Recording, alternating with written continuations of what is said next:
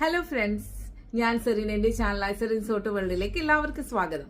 അപ്പോൾ ഇന്ന് നമ്മൾ പരിചയപ്പെടുന്നത് ബ്യൂയിക്ക് സൂപ്പർ എന്ന് പറയുന്ന USA-യുടെ 1949 ഇറങ്ങിയ കാറിനെ കുറിച്ചിട്ടാണ്. അപ്പോൾ നമുക്ക് വീഡിയോയിലേക്ക് കടക്കാം.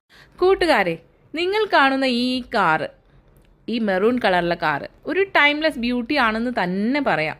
പോസ്റ്റ് വാർ അമേരിക്കയുടെ ബോൾഡ് ഡിസൈനോട് കൂടിയ സ്മൂത്ത് പെർഫോമൻസോട് കൂടിയ ഒരു കാറ്. ഇതിൻ്റെ ഫ്രണ്ടിലുള്ള 3 ക്രോം വെന്റിപ്പോർട്സ് ഇല്ലേ, അത് ഫൈറ്റർ ജെറ്റുകളിൽ നിന്നും ഇൻസ്പയർഡ് ആയിട്ട് എടുത്തതാണ്. ഇത് പിന്നീട് ബ്യൂയിക്കിൻ്റെ സിഗ്നേച്ചർ സ്റ്റൈലായിട്ട് തന്നെ മാറി. ബോണറ്റിനടിയിൽ 4.1 ലിറ്റർ സ്ട്രെയിറ്റ് എഞ്ചിനുണ്ട്. ഇതിൻ്റെ ഔട്ട്പുട്ട് എന്ന് പറയുന്നത് 115 ഹോഴ്സ് പവറാണ്.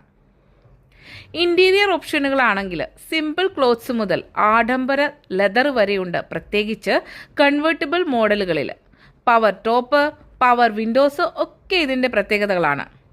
ബാക്ക് ഇൻ 1949, അതായത് 1949 ഇതിൻ്റെ പ്രൈസ് എന്ന് പറയുന്നത് $2,000 ആയിരുന്നു.